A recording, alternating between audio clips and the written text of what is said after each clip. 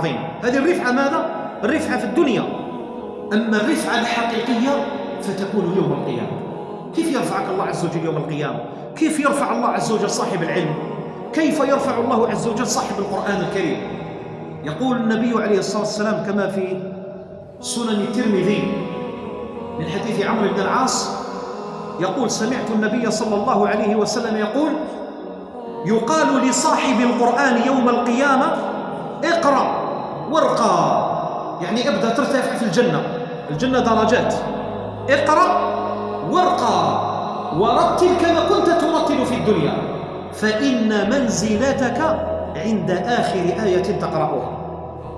تصور الآن لما تعتني بالعلم وتعتني بحفظ القرآن الكريم وترتل القرآن الكريم وتضبط هذا القرآن الكريم، ستجد هذا الحفظ الذي تعبت عليه في الدنيا.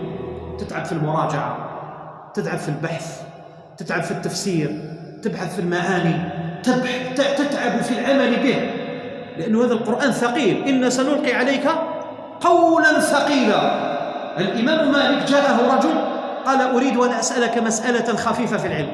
قالوا: ما كاش في العلم حاجة خفيفة، العلم كله ثقيل. إن سنلقي عليك قولا ثقيلا. هذا القرآن الذي تحفظه وتتعلمه وتتعب عليه سوف يرفعك الله عز وجل به يوم القيامة في الجنة.